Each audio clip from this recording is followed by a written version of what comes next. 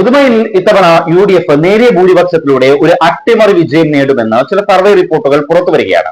കഴിഞ്ഞ 35 വർഷമായി ഇടതുപക്ഷം തങ്ങളുടെ കോട്ടയായി കാത്തു സംരക്ഷിക്കുന്ന ഉദുമയിൽ എന്തുകൊണ്ടാണ് ഇത്തവണ ചില സർവേ റിപ്പോർട്ടുകൾ UDFന് ഒരു അട്ടിമറി വിജയം പ്രവചിക്കുന്നത് എന്ന് ചോദിച്ചാൽ അതിനുള്ള ഒറ്റ കാരണം വികസന മുരടിപ്പ് തന്നെയാണ്.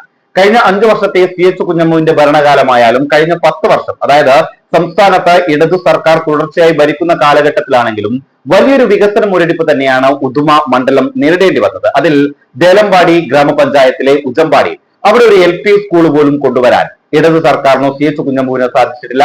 ഒരു പ്രാഥമിക ആരോഗ്യ കേന്ദ്രം കൊണ്ടുവരാൻ സാധിച്ചിട്ടില്ല.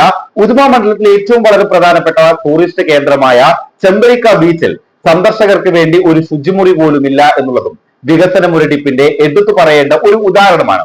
കൂടാതെ വെണ്ടിച്ചാലിലെ ലൈഫ് മിഷൻ പദ്ധതി പ്രകാരം നിർമ്മിച്ച് പണി പൂർത്തീകരിക്കേണ്ട ഫ്ളാറ്റ് സമുച്ചയം അത് കഴിഞ്ഞ 10 വർഷമായി യാതൊരു പുരോഗതിയുമില്ലാതെ അവിടെ തന്നെ നിൽക്കുകയാണ്. ഇത്തരത്തിൽ പലതരത്തിലുള്ള വികസന മുരടിപ്പുകൾ ഉദുമയിൽ നമുക്ക് കാണാൻ സാധിക്കുന്നുണ്ട്. അതുകൊണ്ട് തന്നെയാണ് ഉദുമയിലെ ജനങ്ങൾ ഒരു മാറ്റത്തിന് വേണ്ടി ആവശ്യപ്പെടുന്നതും. ചില സർവേ റിപ്പോർട്ടുകൾ ഇത്തവണ ഉദുമയിൽ UDF ഒരു അട്ടിമറി വിജയം നേടാൻ സാധ്യതയുണ്ട് എന്ന് പ്രവചിക്കുന്നതും.